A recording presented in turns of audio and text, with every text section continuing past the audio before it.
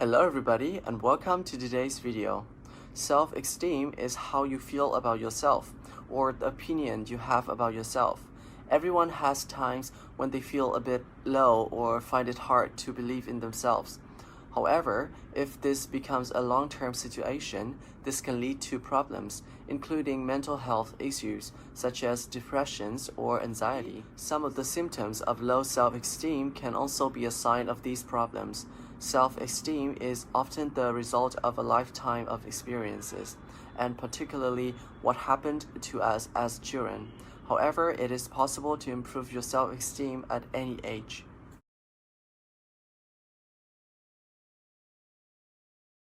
Where does self-confidence come from? And this is the best advice I can give you on that.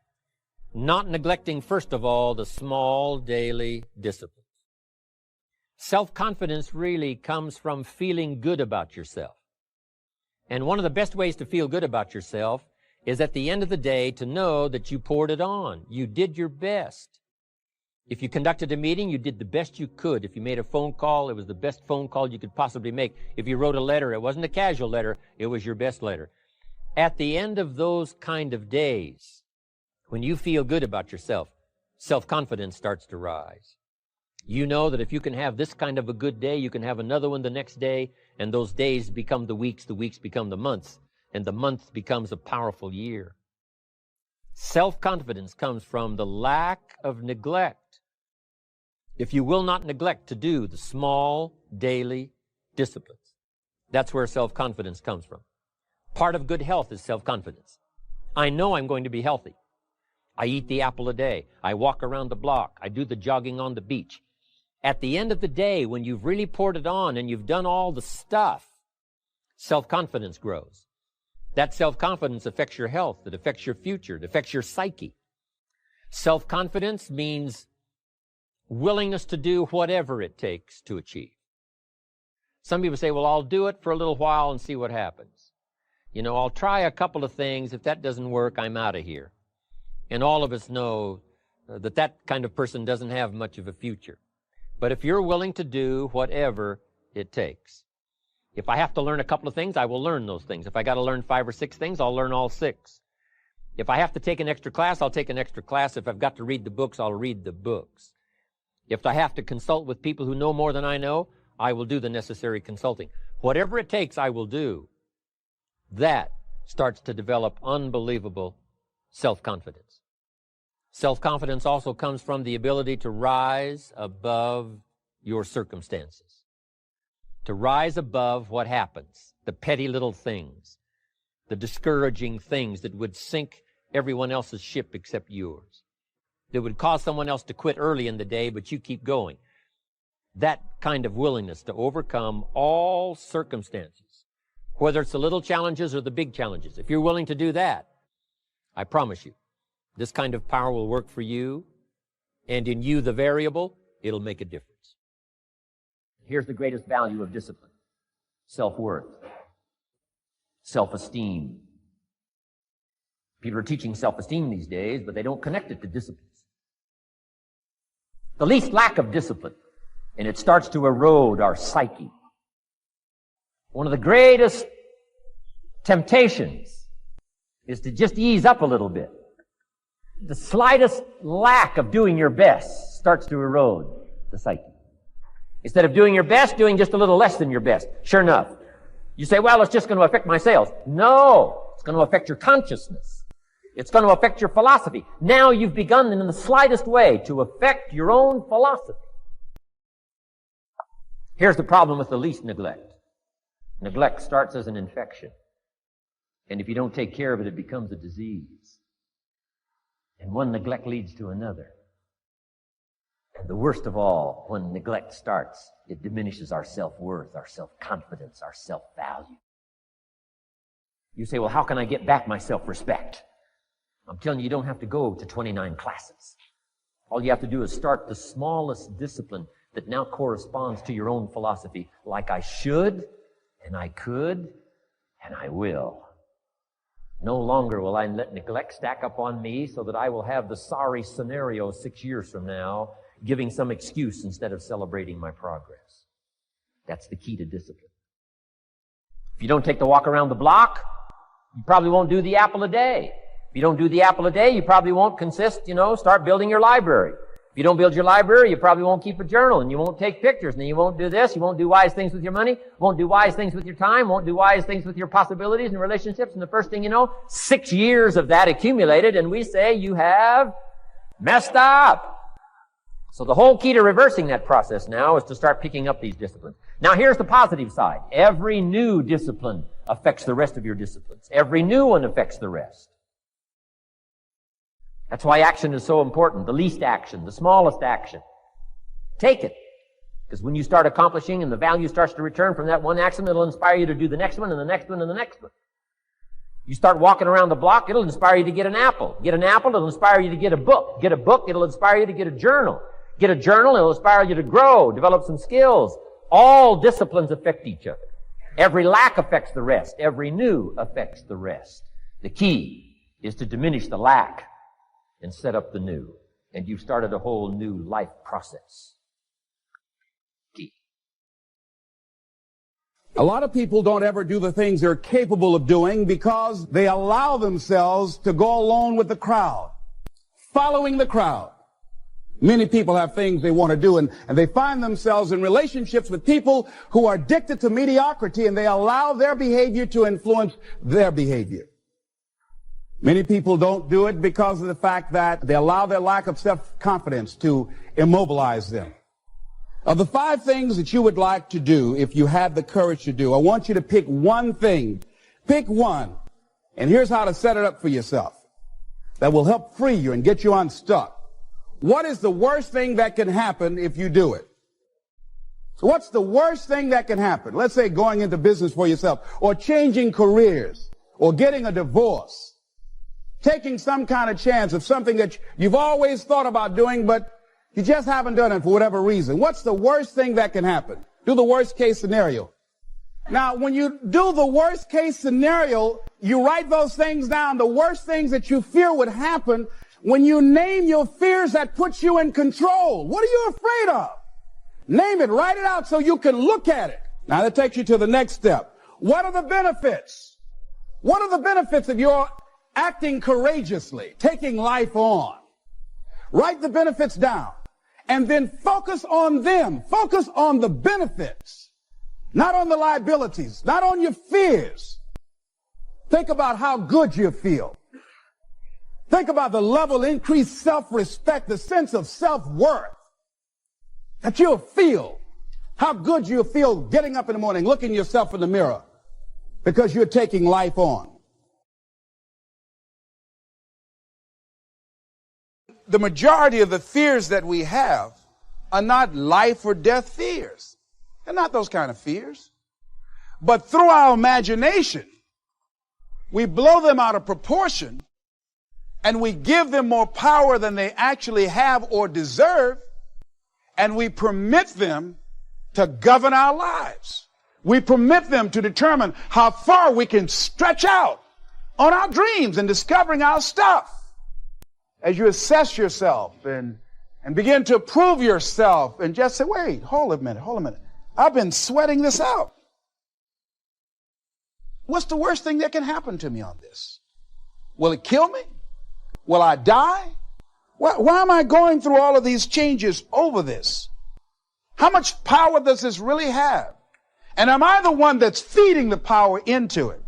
See, a lot of times we allow ourselves to be fed and to be programmed into being afraid. I mean, you watch the news and read the newspaper, you'll be scared to come out the house.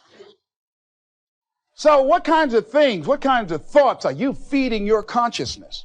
What kind of things are you putting in your mind that will enable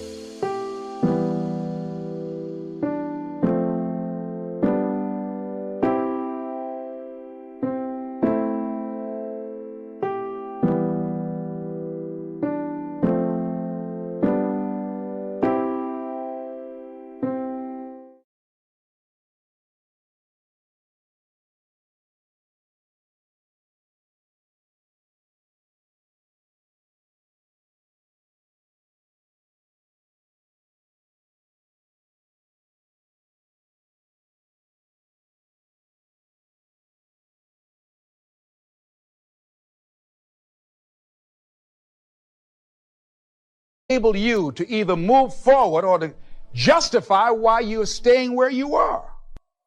I believe anybody who's ever done anything, who's ever taken a chance, doesn't mean that they are not afraid.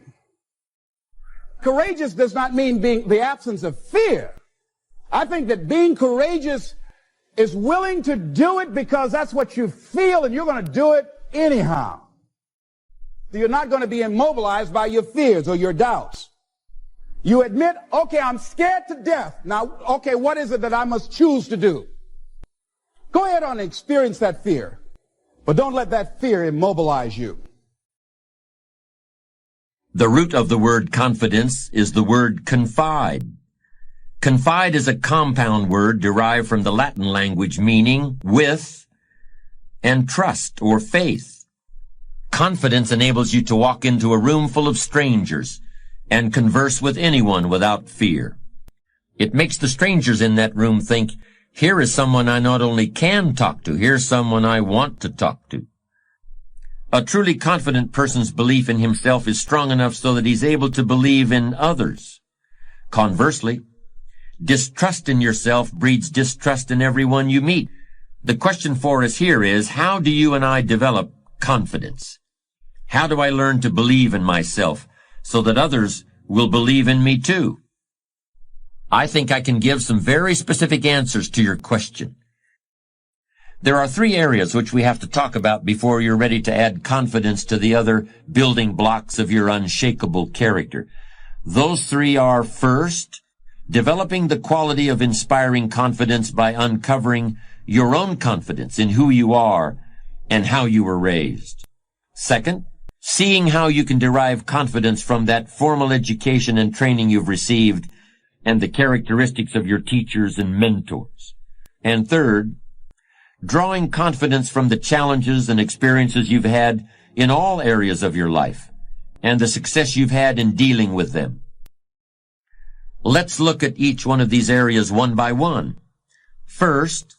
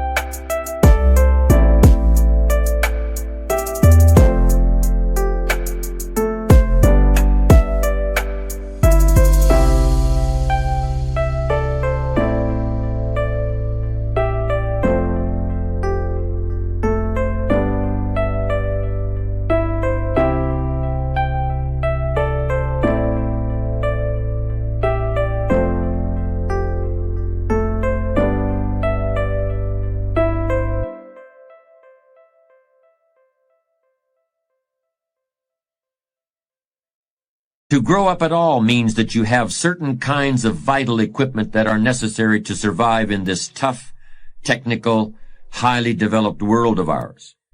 Your parents taught you basic skills, how to walk, how to eat, and later feed yourself, and what to eat, and perhaps good manners. You were given a certain amount of physical strength and mental endowments. Maybe you aren't a rocket scientist, but maybe you know how to fix a lawnmower, something many rocket scientists cannot do. Maybe you don't have a degree in accounting, but you can tell a joke so well that a whole room will roar with laughter. What are your strong points? They have to be there or you wouldn't have made it this far. Maybe you can save money. Maybe you know how to find things like somebody's lost contact lenses. Chances are you not only have a personal strength, a gift or talent or real ability that should be a source of pride and give you real confidence, but it's something you take so for granted that you don't realize what it's worth. We're not talking about what's difficult for you, but about what comes easy. Just because it's easy for you to cut true with a cross-cut saw doesn't mean that it's easy for everybody. Your talent and skill is what you take for granted and maybe don't value enough. Talent isn't hard work. It's what's a snap. Second, if you grew up in this country, you attended school and more than likely have a high school education. Here's another case of almost everybody's got it, and I've got it, so why should I take confidence in my diploma? First of all, not everybody's got that diploma. And second of all, this is one of the few countries in the world where almost everyone can read and write and do math. Also your teachers, your mentors, who showed you the ropes at the first job or at the new place, they saw something in you that you maybe didn't see yourself. Want to know what that something is exactly? Well, if you can pinpoint what they gave you, what they showed you, you will see yourself through the eyes of that other person, that teacher or mentor or newfound friend.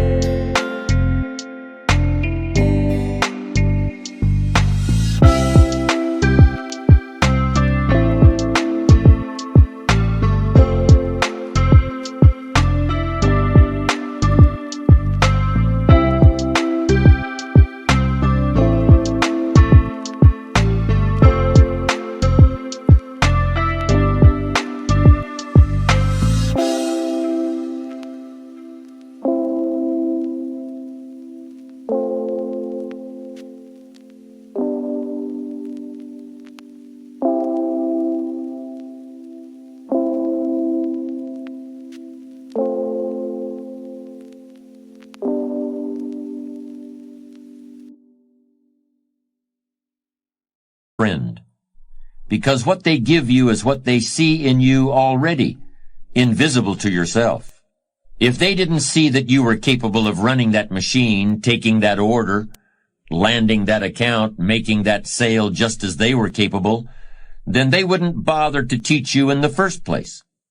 They had confidence in abilities that you may not have known you had. And they shared that confidence with you because you already had the skill. You only needed the sharing.